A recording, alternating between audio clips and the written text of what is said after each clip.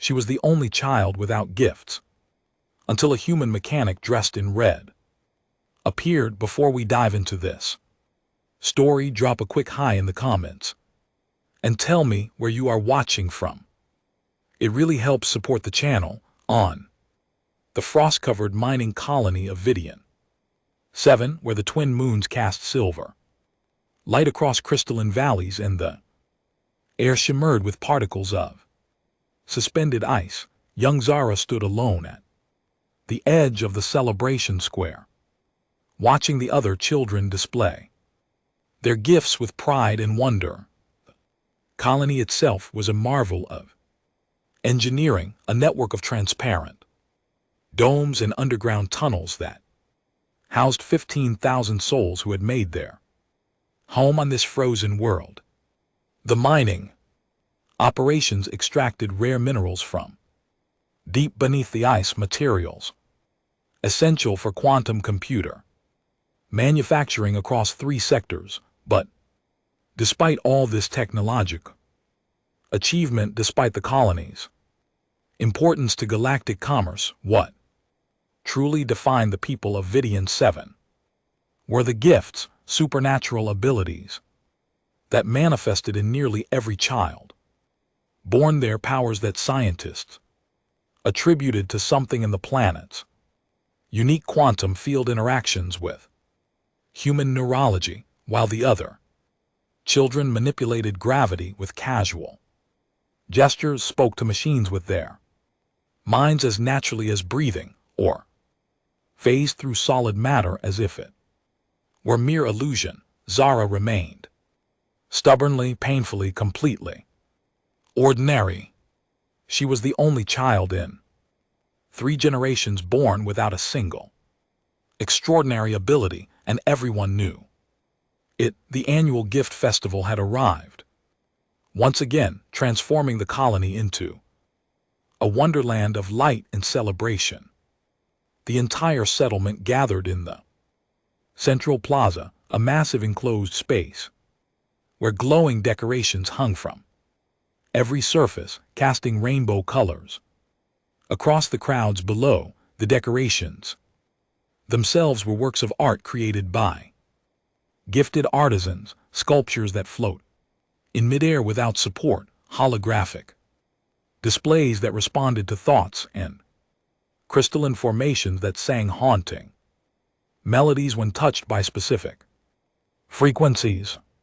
Music filled the cold air, performed by musicians whose gifts allowed them to play multiple instruments simultaneously or create sound that touched the soul in ways purely acoustic performances never could. The atmosphere should have been joyous, magical, a celebration of everything that made their colony special. For Zara it was torture. Every display of power, every casual demonstration of supernatural ability reminded her of what she lacked. Zara stood apart from the main festivities, her parents nearby, but uncertain how to comfort her. Her mother, Lyanna, was a senior fusion engineer whose gift of perfect spatial reasoning made her invaluable in designing the colony's power systems. Her father, Marcus, supervised the mining operations with the help of his ability to sense structural weaknesses in materials from dozens of meters away. They were both accomplished, respected, essential to the colony's functioning, and they had produced a daughter who was by all measurements defective. Lyanna knelt beside Zara now, brushing a strand of dark hair from her face with a gesture that was tender but couldn't quite hide the worry in her eyes. Your gift might just be late in coming, sweetheart, she said softly, her voice barely audible over the celebration around them. It happens sometimes, very rarely, but it does happen. Children whose abilities manifest later than normal, but Zara knew better than to hope for miracles. She had turned 12 cycles old, 2 full years past the age when gifts typically manifested. The medical scans had been thorough and repeated, conducted by the colony's best physicians and genetic specialists. They showed nothing unusual, no latent abilities waiting to emerge like a flower before bloom, no genetic markers for any known talents hiding in her DNA. The results were definitive and devastating. She was by every scientific measurement and medical assessment available, completely ordinary in a society where ordinary had become synonymous with broken. There was no malfunction in her genes, no biological reason for her lack of abilities. She simply did not have them, had never had them, and according to every expert consulted, would never develop them. She was an anomaly, a throwback to an earlier stage of human evolution, a reminder of what people had been before Vidian 7's unique environment had changed them into something more. Around her in the festival square, children her age demonstrated their abilities with the casual ease of breathing. It was as natural to them as walking, an integral part of who they were, and they wielded their powers without thought or effort. Taryn, who lived 3 domes over and had once been her friend before the gap in their abilities made friendship awkward, levitated 3M off the ground. He spun slowly in the air, laughing with pure joy, his arms spread wide as if embracing the sky itself. His gift of gravity manipulation was strong for his age, and he could already lift objects 10 times his own mass. The colony administrators had already marked him for advanced training in starship operations. Mika, whose family ran the colony's largest agricultural facility, touched a malfunctioning light panel.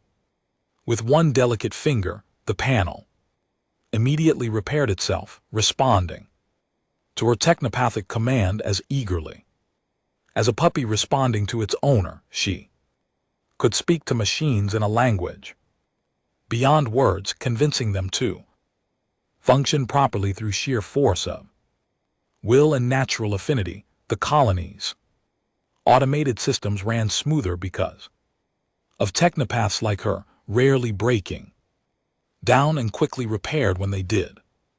Even little Joe Wren, barely 7 cycles old and still missing his front teeth, could predict the exact moment the next transport would arrive at the spaceport.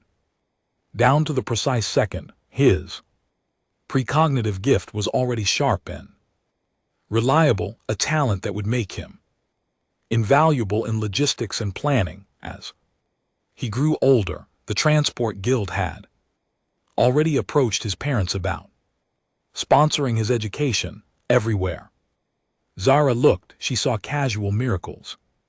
Children younger than her displayed powers she would never possess, abilities that came to them as naturally as her own heartbeat came to her, except her heartbeat was the only thing about her that was ordinary. She watched them play games that involved manipulating gravity fields, racing while phasing through obstacles, or competing to see who could interface with complex machines the fastest. These were normal childhood activities on Vidian 7, as common as tag or hide and seek had been on old Earth, but Zara could not participate. She could only watch from the sidelines, always the observer, never the participant, forever separate from her peers by the gulf of her ordinariness. Zara could not bear to watch anymore. The weight of inadequacy pressed down on her like a physical force, making it hard to breathe, impossible to stay. She turned away from the festivities, her vision blurring. With tears, she refused to let fall in public and walked with forced casualness toward the maintenance district. It was on the opposite side of the colony from the celebration, a journey that took her through connecting tunnels and across two smaller domes. The maintenance sector was where the older buildings stood, structures from the colony's early days that had been superseded by newer, more efficient construction, but never demolished. They existed in permanent shadow cast by the residential towers and commercial centers that had grown up around them.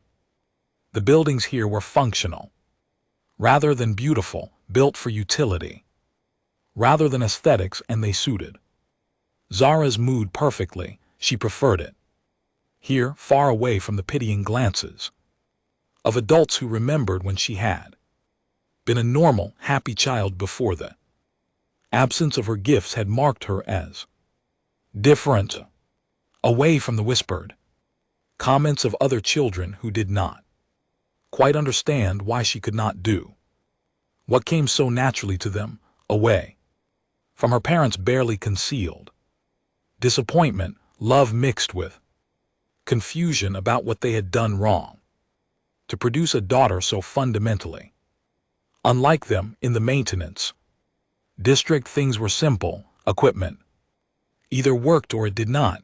Problems had solutions that could be found through logic and effort rather than supernatural intuition. Here, normal work happened without the flourish of extraordinary abilities accomplished through knowledge, tools, and persistent effort. It was the only place in the colony where Zara felt less like a failure and more like someone who might possibly have some small value to contribute. She found her usual spot behind the old cargo depot, a quiet corner where discarded equipment and obsolete machinery had been stacked over the years, creating a small maze of metal and forgotten technology. It was her sanctuary, her hiding place, the one location where she could be alone with her thoughts without judgment. Zara sat on an overturned storage crate that had become her unofficial throne, pulled out her sketch pad from the bag she always carried, and began drawing the stars she could see through the transparent dome. Overhead, the twin moons of Vidian 7 hung in the sky like watchful eyes, their silver light mixing with the warmer glow from the distant sun. She sketched the patterns of constellations, imagining what it might be like to leave this colony, to go somewhere where gifts were not the measure of a person's worth, where she might find a place where ordinary was enough. Art was her only escape, the one activity she could do that felt special, even though it required no supernatural gift at all. She had discovered early on that she had a talent for drawing, for capturing on paper the images in her mind with a precision that impressed even gifted artists who could manipulate holograms with their thoughts. It was not a gift in the sense her colony understood gifts, but it was hers, and it mattered to her, even if it mattered to no one else. That was when she heard it. Strange humming sound, melodic and warm, cutting through the cold evening air. Like a song from a dream, it was unlike anything Zara had heard before. Not the sharp mechanical whine of standard engines or the subtle quantum vibration of the colony's power systems, but something organic and inviting, almost alive in its musical quality. The sound seemed to resonate in her chest, calling to something deep inside her that she could not name. Zara looked up from her sketch pad, her pencil freezing mid-stroke, and saw something that should have been impossible, a craft unlike anything in the colony's extensive registry, descended from the sky above the maintenance district, moving with deliberate grace rather than the sharp, efficient movements of standard transports. It was small relative to Cargo haulers, boxy in shape but somehow elegant despite its unusual proportions, and painted a deep crimson red that seemed to glow with its own internal light, as if the color itself was alive and pulsing with energy. The craft moved without urgency, almost leisurely, as if time itself had slowed to accommodate its passage through the evening sky. The craft landed in the clearing between two warehouses with a soft thump, sending up a small cloud of frost particles that sparkled in the moonlight. Zara's heart hammered in her chest. Nothing unscheduled ever landed. On Vidian 7, the colony's strict protocols meant every arrival and departure was logged, tracked, and approved weeks in advance. This visitor was completely unauthorized. A hatch opened on the side of the red craft, and a ramp extended downward. Zara held her breath, torn between running for help and staying to satisfy her overwhelming curiosity. Curiosity won. She crept closer, using the stacked equipment as cover until she had a clear view of the mysterious arrival. What emerged from the craft made her gasp. It was a human. Or at least she thought it was. She had learned about humans in her history classes, the strange species that had appeared in the wider galaxy only a few decades ago, known for their unusual adaptability and bizarre customs. But seeing one in person was entirely different from looking at images in a data pad. He was tall, broad-shouldered, and dressed in the most peculiar outfit Zara had ever seen.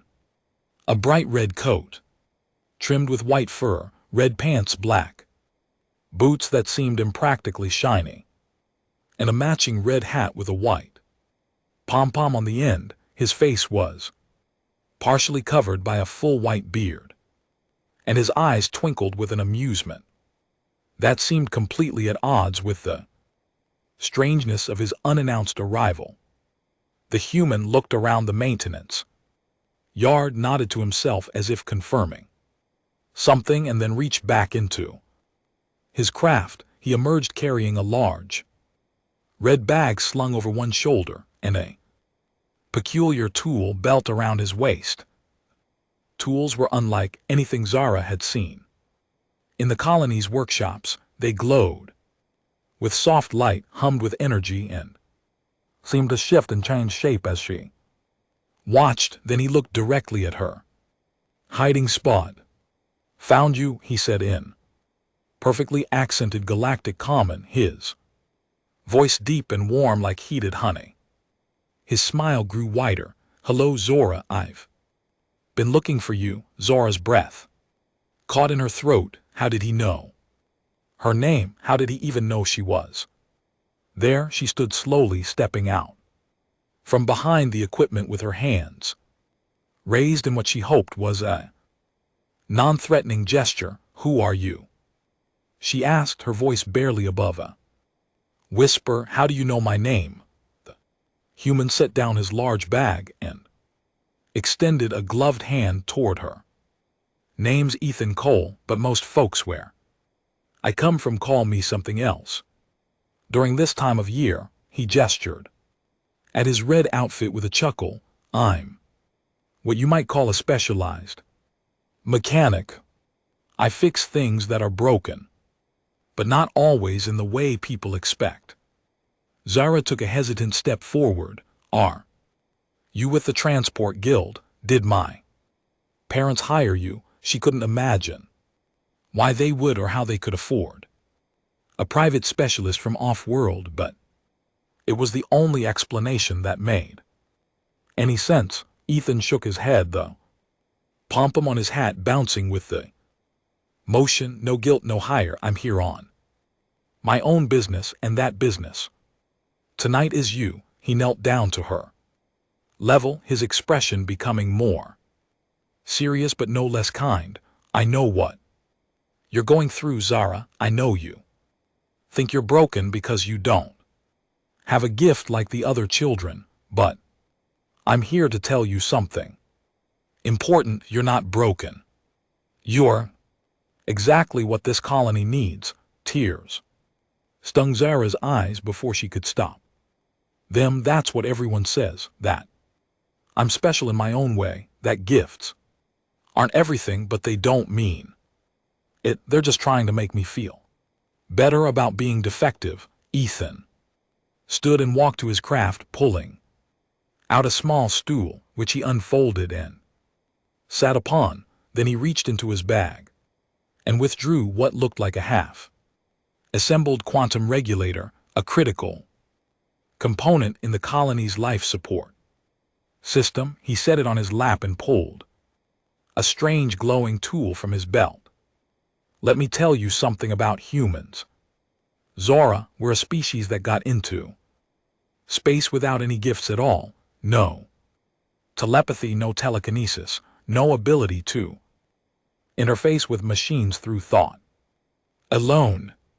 We had to build everything with our hands and our minds and our stubborn refusal to accept limitations. He began working on the regulator with practiced ease, his hands moving with precision as the tool hummed and sparked. Where I come from, we have a tradition. Once a year during the coldest, darkest time, someone dresses up like I am now and brings gifts to children, not because they earned them, not because they have special abilities, but simply because they exist and they matter. It's a reminder that value doesn't come from what you can do, but from who you are. Zara moved closer, fascinated by the way his tools worked. They seemed to respond to his intentions, rather than his direct control, adapting their functions as needed. What does that have to do with me? Ethan looked up from his work, his eyes serious.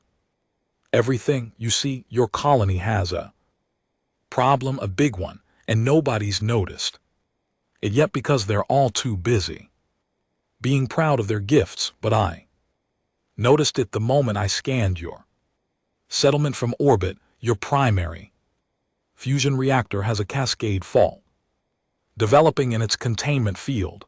In about 36 hours, it's going to fail catastrophically unless someone fixes it. Zara's blood ran cold. A fusion reactor failure would be catastrophic.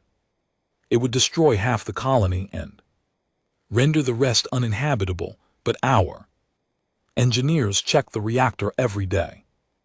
They would have detected any fault. We have people with technopathic gifts who can sense problems in machinery before they happen.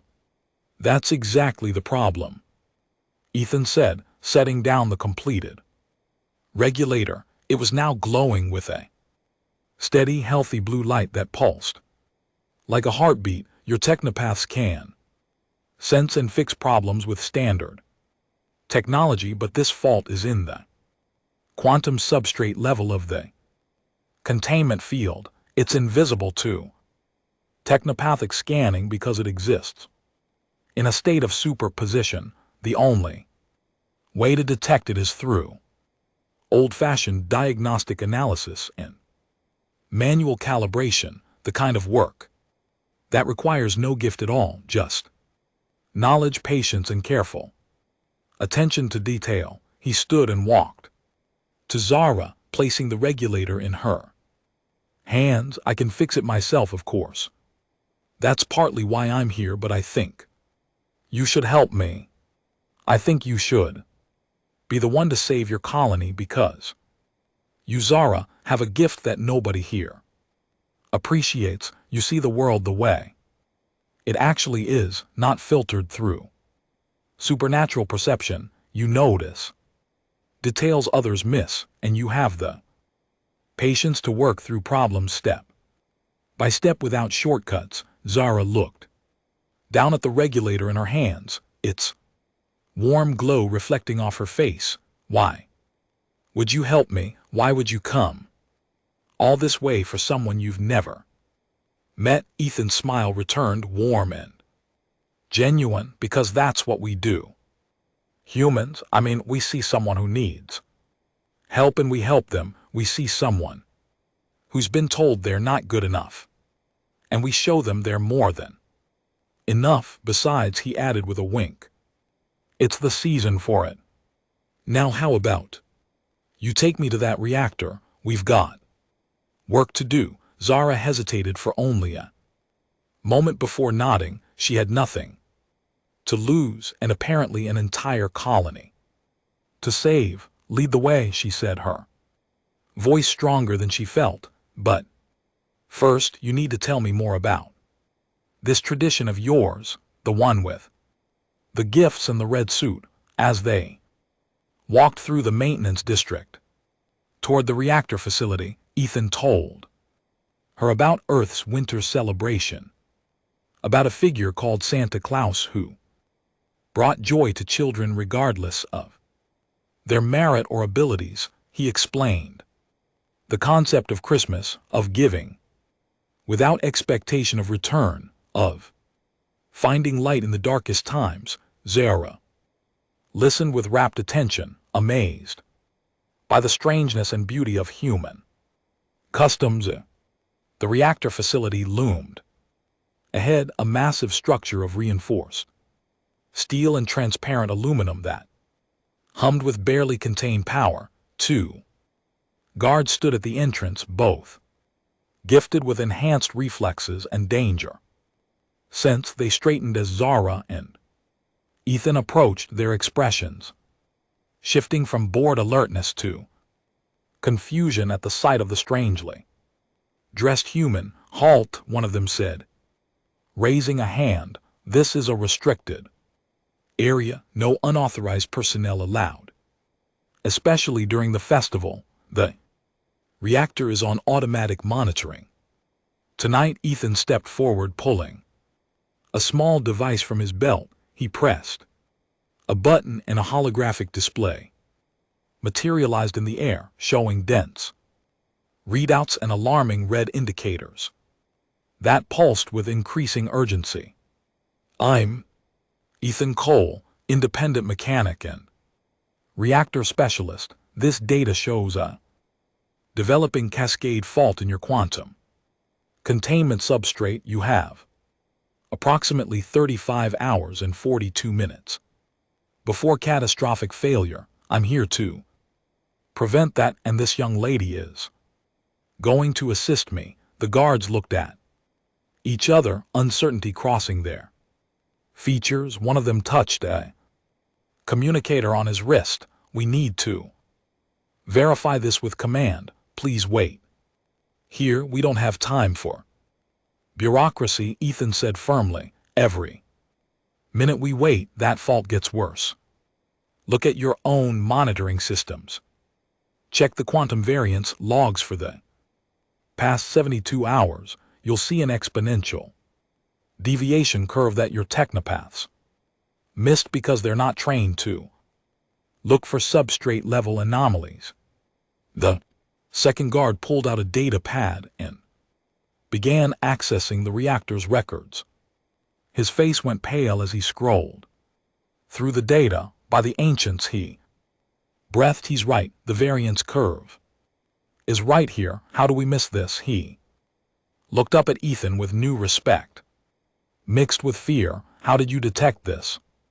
From orbit. Humans have good sensors, Ethan said with a shrug, and we're paranoid about reactor safety. It's a survival trait. Now are you going to let us in, or are you going to explain to your colony why you delayed the people trying to save their lives? The guard stepped aside immediately, and the facility doors opened with a pressurized hiss. Zara followed Ethan inside, her heart pounding with a mixture of terror and exhilaration. The main reactor chamber was enormous, cathedral of technology where the fusion core burned with the power of a contained star. Catwalks crisscrossed the space at various levels, and monitoring stations dotted the Perimeter, most of them unoccupied due to the festival. Ethan pulled out larger version of the scanning device he had shown the guards. All right, Zara. Lesson 1 in reactor maintenance: never trust automated systems alone. Always verify with manual diagnostics. He handed her a pair of specialized goggles. Put these on, they'll let you see the quantum substrate layer. Zara slipped on the goggles and the world transformed. Suddenly she could see beyond the physical machinery to the underlying quantum field that held the fusion reaction in check. And there, like a spreading web of cracks across glass, she saw the fault. It was beautiful in a terrifying way, patterns of instability that pulsed and grew with each passing second. Oh no, she whispered, it's worse than I thought. Ethan nodded grimly. The fault is propagating through the containment field's quantum entanglement matrix. If it reaches the primary stabilizers, the whole thing will collapse faster than the emergency shutdown can engage. We need to introduce a counter-resonance pattern that will reinforce the stable regions while we manually recalibrate the substrate generators. Zara pulled off the goggles and looked at Ethan with wide eyes. I don't know how to do any of that. I'm not a reactor technician. I'm just a kid with no gifts. Ethan placed a hand on her shoulder. You're a kid with a brain, eyes, and hands. That's all we need. I'll guide you through every step. Your job is to follow my instructions precisely. Double check every calculation and trust your observations. No gifts required, just focus and determination. Can you do that? Zara took a deep breath and nodded. I can do that. For the next 6 hours, Ethan taught Zara the fundamentals of quantum reactor maintenance. He showed her how to read the substrate patterns, how to calculate the correct counter-resonance frequencies, and how to manually calibrate equipment that was normally controlled through technopathic interface. It was painstaking work that required absolute precision and patience. Zara discovered that she was good at it, very good. Her mind, unburdened by the intuitive leaps that gifts provided, worked through problems logically and methodically. She caught errors that Ethan deliberately introduced to test her attention to detail. She asked questions that showed deep understanding of the principles involved. For the first time in her life, she felt truly capable. As dawn began to break over Vidian 7, casting golden light through the reactor facility's windows, they reached the critical phase of the repair. Ethan had isolated the false point of origin, a microscopic imperfection in one of the substrate generators that had slowly degraded over years of operation. Now came the delicate work of replacing it while maintaining containment field integrity. This is where it gets dangerous, Ethan said, his voice serious.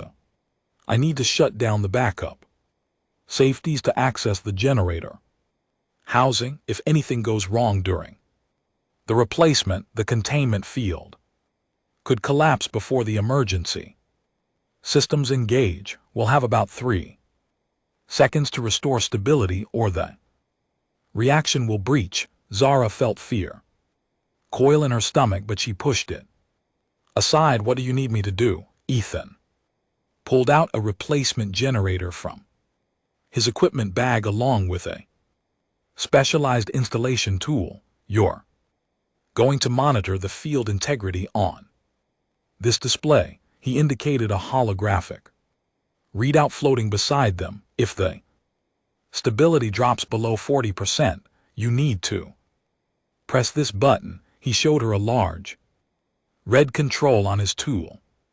It will inject a dampening pulse that will buy us another 10 seconds, but we only get one shot at it, so use it only if absolutely necessary. Zara positioned herself in front of the display, her finger hovering near the emergency button. Her hands were steady despite her fear. Ready, she said. Ethan moved with the speed and precision of someone who had done this countless times. He opened the access panel, removed the faulty generator, and began installing the replacement. The containment field immediately began to fluctuate, and the stability reading dropped from 98% to 72% in 2 seconds. Zara watched the numbers fall. Her entire focus narrowed to that single display. 65%, 58%, 51%. Her finger tightened on the button, but she held back. Ethan had said only if necessary, and he was still working with calm efficiency. 47%, 43%. Hold, Ethan commanded, not looking up from his work. Almost there. 40%. Exactly. Zara's finger pressed against the button, not quite triggering it. Every muscle in her body tensed. The numbers held steady for 1 heartbeat. Then 2, then they began to rise. 42%. 48%, 55%. The generator clicked into place with a satisfying snap, and the stability rocketed back up to 96%. Ethan closed the access panel and let out a long breath. Perfect, he said, turning to Zara with a proud smile. You held your nerve exactly right. Too early, and we would have wasted the dampening pulse. Too late, and well, let's not think about that. You did brilliantly. Zara's legs suddenly felt weak, and she sat down hard on the catwalk. We did it, she said, the words not quite feeling real. We actually did it. You did it, Ethan corrected. I just provided guidance and tools, the focus, the precision, the courage to hold steady when everything was on the line. That was all you. He began packing up his equipment. Now comes the part where you get to be a hero. What do you mean? Ethan gestured at the reactor chamber. The fault is fixed, but someone needs to explain to the colony administration what happened and how it was resolved. I could do it, but I think the story will mean more coming from you, the girl without gifts who saved everyone because she had the skills that actually mattered when it counted. Zara felt panic flutter in her chest. They won't believe me. They'll think I'm making it up, or that you did everything while I just watched. Then we make sure they believe you. Ethan pulled out a small recording device. I've been documenting everything, every scan, every calculation, every step of the repair. And I've got something else for you. He reached into his red bag and pulled out an official-looking certificate on actual paper, something rarely seen in the colony's digital world. This is a Level 5 reactor technician certification from the Human Engineering Guild. I'm authorized to issue them to individuals who demonstrate exceptional skill and knowledge. Congratulations, Zara, you've earned it. Zara took the certificate with trembling hands, staring at her name written in elegant script below the official seals and signatures. This is real as the reactor you just helped save. Ethan stood and offered his hand to help her up. Now let's go inform your colony that they've got a new reactor specialist. Gifts or no gifts, the walk back through the facility felt surreal. To Zara, Ethan transmitted his findings to the colony's emergency systems, and within minutes alarms were blaring and administrators were rushing to the Reactor facility. By the time Zora and Ethan reached the main entrance, a crowd had gathered, including the colony director, the chief engineer, and Zara's parents. Director Vaughn, a stern woman with a gift of perfect memory, strode forward with an expression of barely controlled fury. Who authorized this intrusion into our reactor facility? She demanded, looking at Ethan with undisguised suspicion. And how did you bypass our security protocols? Ethan gestured to the facility behind them.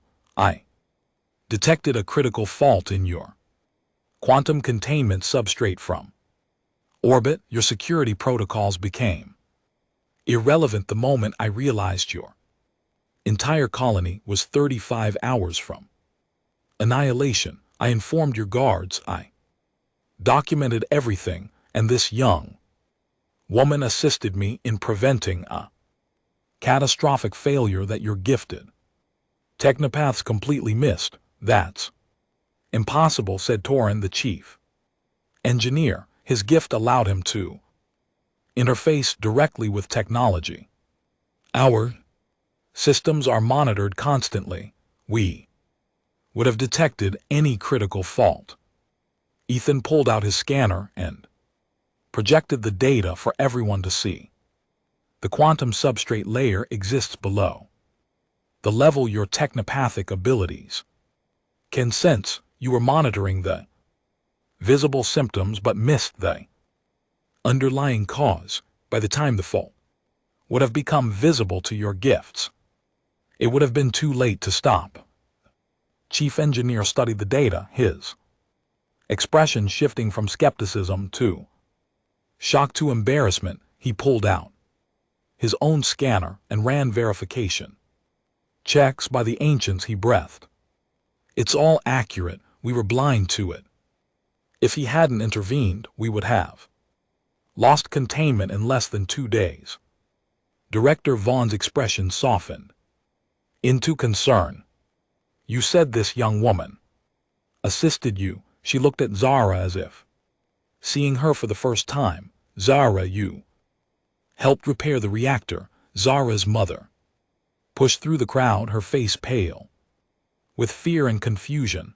Zara, what's going on? Why are you at the reactor facility? You should be at the festival.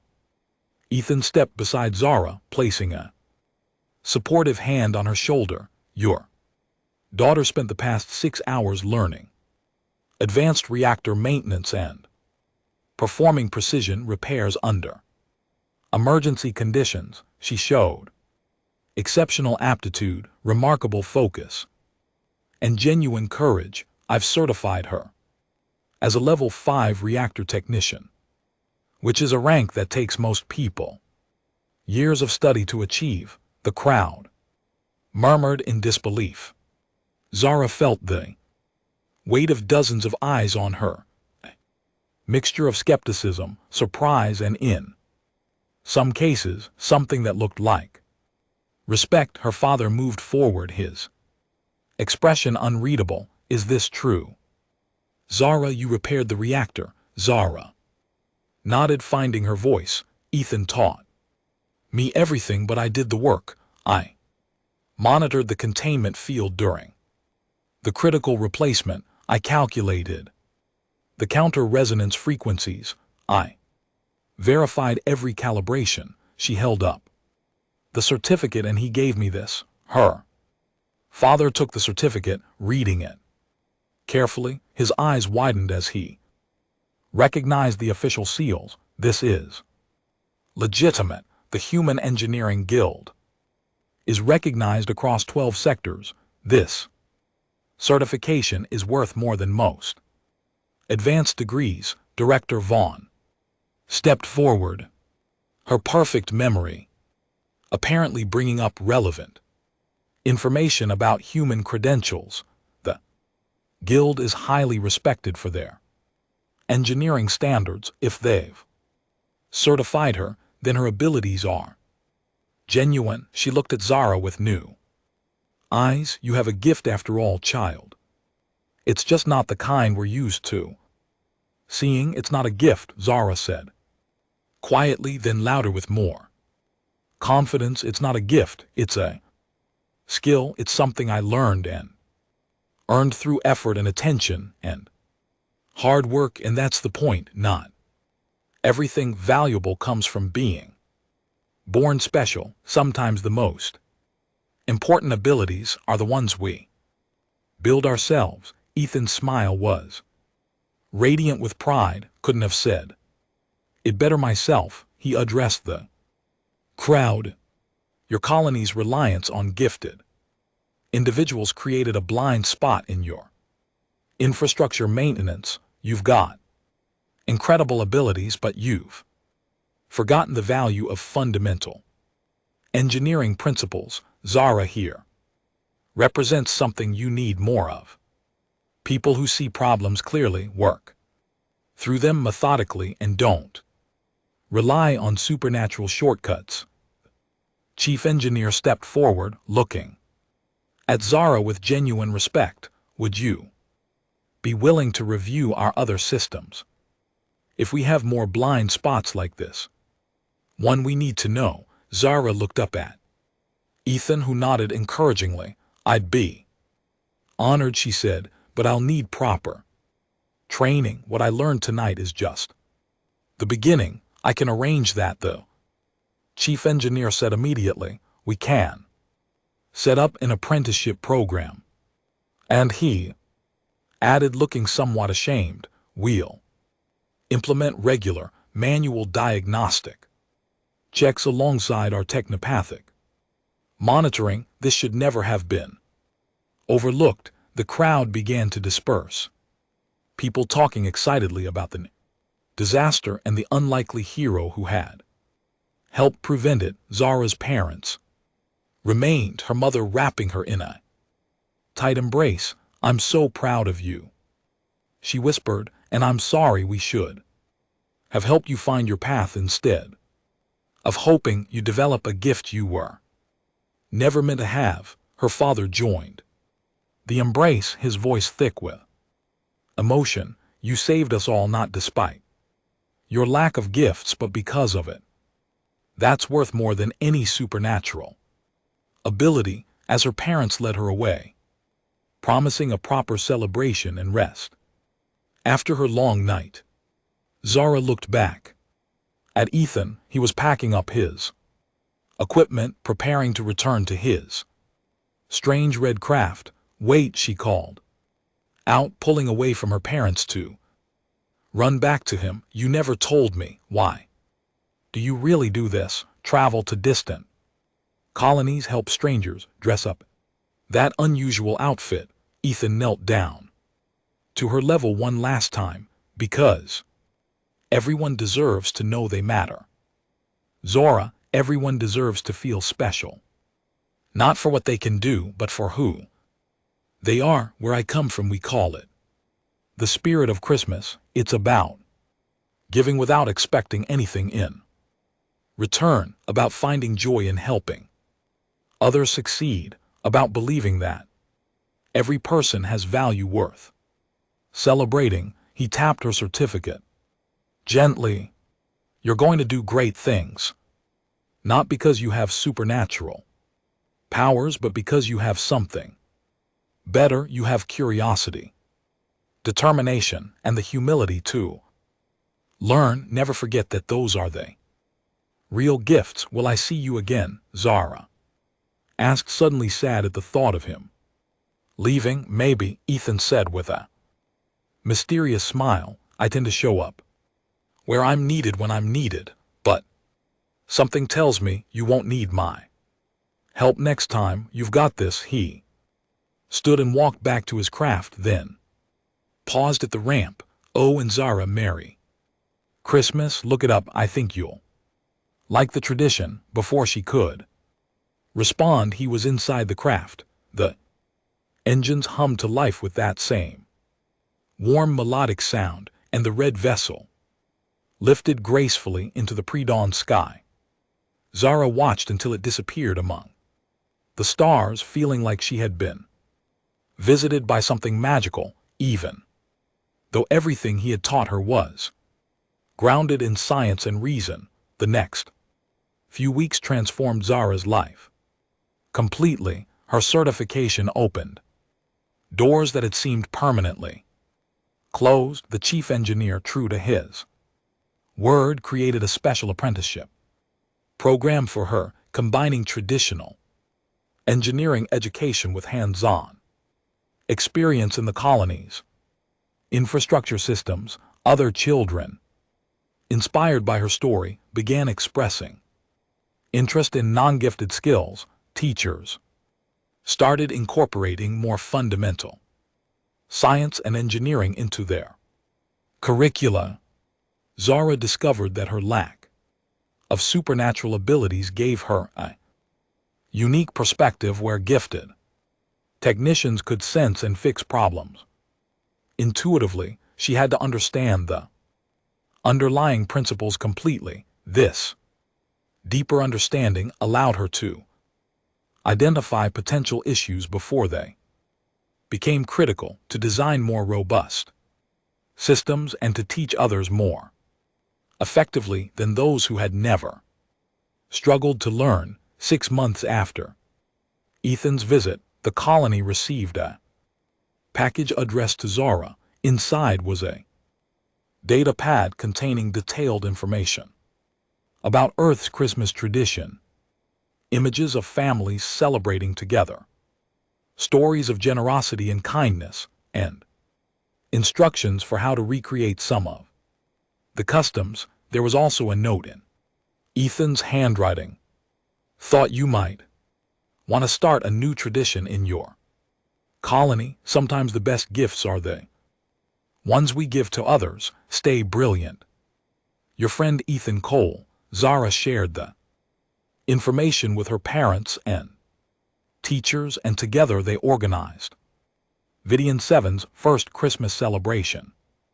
It was different from their traditional gift festival, focused not on displays of supernatural abilities, but on acts of kindness, handmade presents, and time spent together. The colony decorated with lights and greenery from the hydroponics gardens. Children made gifts for each other instead of showing off their powers. Families gathered to share meals and stories. The tradition caught on with surprising enthusiasm.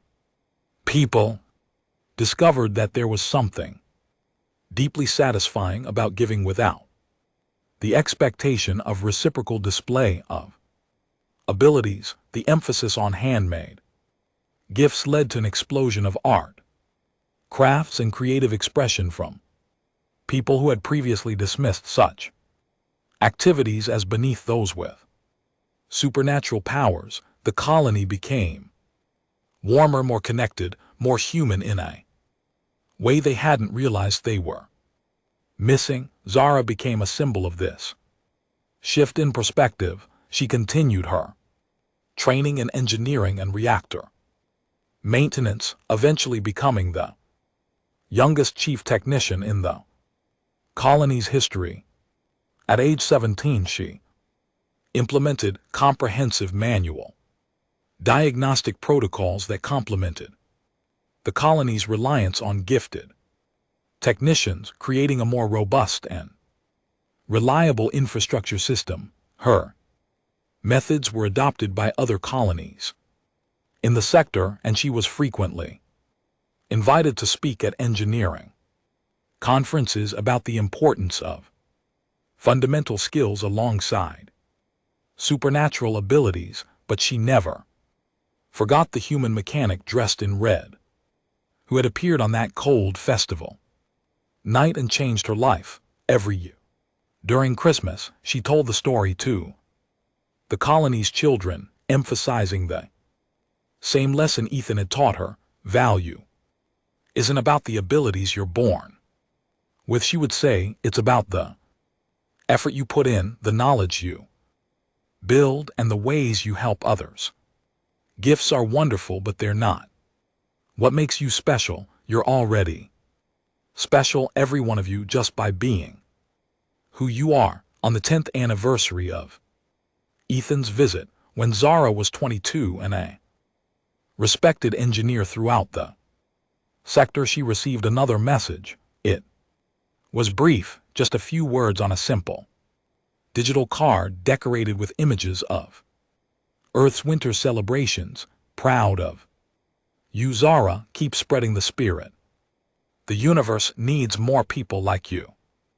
Merry Christmas, EC. Zara smiled, looking out at the colony she had helped transform. She thought about the girl she had been standing alone at a festival for gifted children, believing she had nothing valuable to offer. She thought about the kindness of a stranger who had traveled across space to teach her otherwise, and she thought about all the children she had since helped, both gifted and ungifted, showing them that everyone has value and everyone can make a difference. That evening at the colony's Christmas celebration, Zara stood before the gathered crowd and raised a glass to the human mechanic. And read, she said, her voice carrying across the decorated square, to the stranger who taught us that the best gifts aren't supernatural abilities, but the kindness we show each other, the knowledge we share, and the effort we invest in making our world better. And to everyone here tonight, remember that you are enough exactly as you are, not because of what you can do, but because of who you are. The crowd raised their glasses in return, a mix of gifted and ungifted, all equal in their shared celebration. Somewhere among the stars, Zara liked to imagine a human in a red suit smiled and moved on to his next destination, carrying with him the same message of hope and belonging that he had given her, the message that every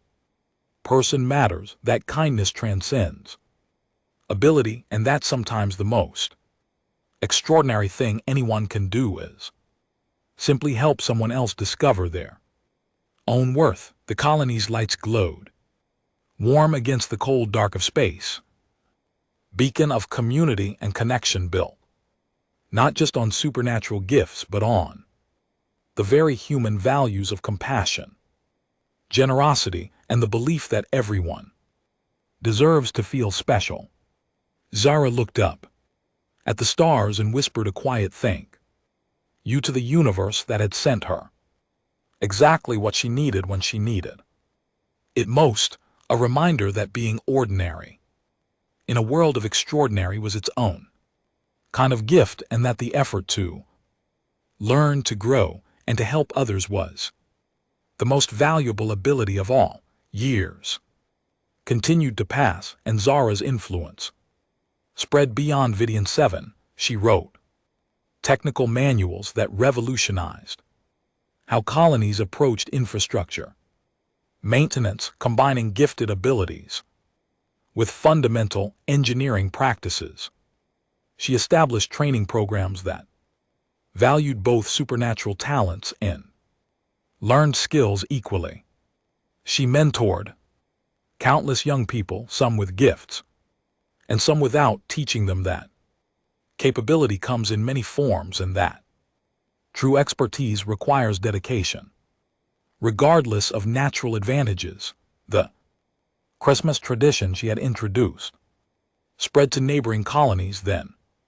Throughout the sector, what had started as one human's unusual custom became a widely celebrated reminder of shared values that transcended species and abilities. People across dozens of worlds now gathered once a year to focus on giving rather than receiving, on connection rather than competition, on recognizing the inherent worth of every individual. Zara never married, dedicating her life instead to her work and her mission of changing how society valued different types of contributions. But she built deep friendships and maintained close relationships with her family, creating a rich and fulfilling life. She found joy in teaching satisfaction in solving complex problems, and purpose in helping others find their own paths. On her 30th birthday, Zara received a final gift from Ethan Cole. It was delivered by a young human pilot who explained that he was part of an organization called the Santa Claus Network, a group of human engineers and specialists who traveled the galaxy helping people in need, especially during the Earth holiday season. Ethan had apparently founded the organization, training others to carry on his mission of spreading hope and demonstrating human values of generosity and kindness. The gift was a small wooden box carved with intricate designs that showed scenes of her colony, her achievements, and the children she had taught. Inside was a simple ornament made of crystal shaped like a star, along with a letter. Zara read it with tears in her eyes. Dear Zara, the letter began, I knew from the moment I scanned your colony that you were someone special, not because you lacked gifts, but because you had the resilience to face that lack with courage, the curiosity to seek your own path, and the heart to care about others even when you felt overlooked yourself. You've exceeded every hope I had for you. You haven't just found your own worth. You've helped thousands of others find theirs. That's the real magic, Zora. Not moving things with your mind or talking to machines, but touching hearts and changing lives through simple human decency and determination. The ornament is made from crystallized core material from my ship, the same ship that brought me to you that night. Hang it where you can see it, and remember that you were never ordinary. You were exactly what you needed to be. Thank you for proving that humanity's greatest gift to the galaxy isn't our technology or our adaptability. It's our belief that everyone matters, that everyone deserves a chance, and that the true measure of a person isn't what they can do, but how they treat others. Keep spreading that message. The galaxy needs it now more than ever. Your friend always, Ethan Cole. P.S. Merry Christmas, Zara. Every year, always. Zara hung the ornament in her office window where it caught the light from Vidian 7's twin moons and cast rainbow patterns across the walls. It became a focal point for visitors who would ask about its origins and receive the story of the human mechanic in red who had appeared on a cold festival night to teach a young girl about her own worth. The story spread further, becoming a popular tale told across the sector, inspiring others to look beyond supernatural abilities and recognize the value and dedication, learning, and human compassion. As decades passed, Zara became an elder stateswoman of engineering, respected not just for her technical expertise, but for her philosophy that true progress required valuing all types of contributions. She watched as her early students became leaders in their own right, implementing her principles and spreading them to new generations. The blind reliance on gifted abilities that had nearly destroyed her colony became a cautionary tale, while the integration of fundamental skills with supernatural talents became the new standard. On her 50th birthday, Zara gave a speech at the sector's annual engineering conference that was broadcast across dozens of worlds. She spoke about her journey from a child without gifts to respected leader in her field. She talked about the importance of perseverance, education, and maintaining humility, regardless of natural advantages. And she told the story, as she always did, of Ethan Cole and his message of universal worth.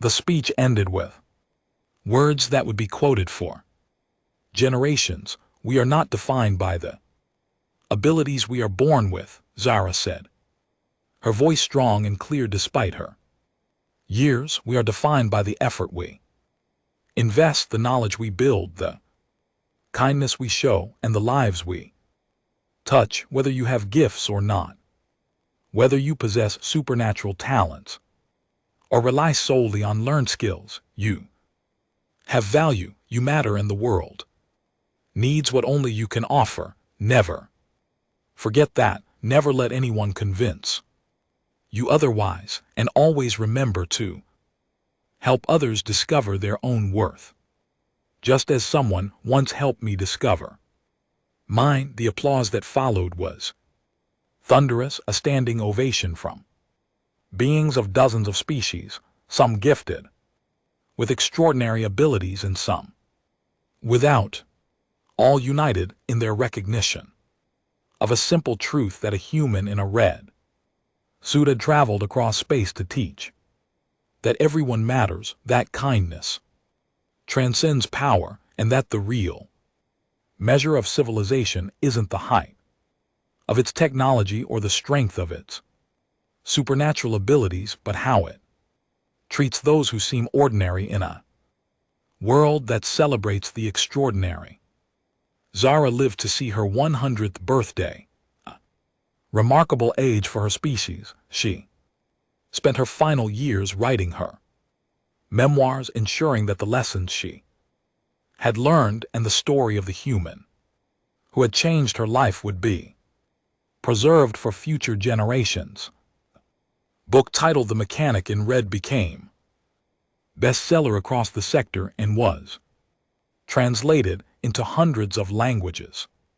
It inspired countless individuals who felt overlooked or undervalued, giving them hope and direction. On her last Christmas Eve, surrounded by former students, colleagues, and friends, Zara sat in her home on Vidian 7 and looked out at the decorated colony she had helped transform. The ornament Ethan had given her still hung in her window, its crystal surface unmarred by time, still casting the same rainbow patterns it had produced 70 years earlier. As the celebration continued around her, Zara closed her eyes and thought about that cold festival night so long ago when a strange craft had landed in the maintenance district and a human dressed in red had emerged to tell her she mattered. Thank you, Ethan, she whispered to the stars beyond her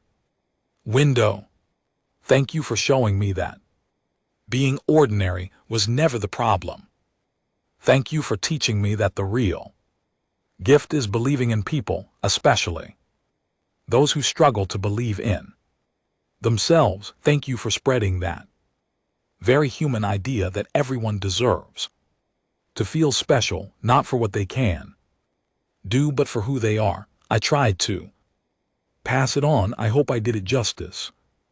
Stars seemed to twinkle a bit brighter, as if acknowledgement, and somewhere among those distant lights, perhaps in another colony where another child felt overlooked and undervalued, a red craft descended from the sky, carrying a human in a peculiar outfit with a big bag of tools and an even bigger message of hope. The Santa Claus network continued its work, spreading across the galaxy uniquely human tradition that had become a universal reminder of shared values and common decency. Zara passed peacefully that night, surrounded by love and secure in the knowledge that her life had mattered, that she had made a difference, and that the lesson she had learned would continue to inspire. Long after she was gone, her funeral was attended by thousands, and speakers from across the sector came to share how she had touched their lives and changed their perspectives. The colony declared a day of remembrance in her honor, and her former students established the Zara Foundation, dedicated to providing education and opportunities too. Individuals, regardless of their natural abilities or supernatural gifts. The crystal ornament was placed in the colony's museum, where it became the centerpiece of an exhibit about Zara's life and the human who had inspired her. Visitors from across the galaxy came to see it, to hear the story, and to be reminded that worth comes not from exceptional abilities but from exceptional character, effort, and compassion. The exhibit included Ethan's letters, Zara's certification, and documentation of the reactor repair that had started everything, but the most popular part was a holographic recreation of that first meeting, when a strange human in red appeared before a lonely child and told her she was exactly what her colony needed. Generations later, children on Vidian 7 and dozens of other worlds still learned about Zara and Ethan in their schools. The story became a foundational part of the sector's cultural education reminder that progress required valuing all types of contributions, and that sometimes the most important breakthroughs came from those who approached problems without supernatural advantages. The annual Christmas celebration remained popular, a time when communities focused on giving, connection, and recognizing the inherent worth of every individual. And every year on Christmas Eve, parents across the sector told their children about the human mechanic in red who appeared when people needed him most, who taught that everyone was special regardless of their abilities, and who believed that the greatest gift anyone could give was helping someone else discover their own value. Some claim to have seen his red craft in the sky, appearing briefly before vanishing among the stars. Others insisted they had received mysterious help during moments of crisis, assistance from a stranger who asked nothing in return except that they remember to help others in turn. Whether Ethan Cole still traveled the galaxy or had passed his mission to others, whether the stories of his continued appearances were true or had become legend, the impact of his visit to Vidian 7 remained undeniable. He had arrived at exactly the right moment, helped exactly the right person, and planted a seed that had grown into a movement spanning dozens of worlds. His message that everyone matters, that kindness transcends power, and that the true measure of worth lies in how we treat others rather than what supernatural abilities we possess, had become a cornerstone of an entire sector's philosophy. The girl without gifts had become a legend in her own right, not because she developed supernatural abilities, but because she proved that such abilities weren't necessary for extraordinary achievement. She had saved her colony not despite her ordinariness, but because of the skills and perspective it had forced her to develop. She had changed countless lives by showing them that value came from within, from effort and dedication, and the choice to care about others. And she had spread a very human message across alien worlds, demonstrating that the best of humanity wasn't our technology or our adaptability, but our fundamental belief in the worth and dignity of every individual. The story of the mechanic in red and the girl without gifts became more than just a tale of one night's adventure. It became a symbol of hope for everyone who felt overlooked, undervalued, or insufficient in a world that celebrated exceptional abilities. It reminded people across the galaxy that there were many ways to be special, many types of gifts to offer, and that sometimes the most important contributions came from those who had to work hardest to develop their capabilities.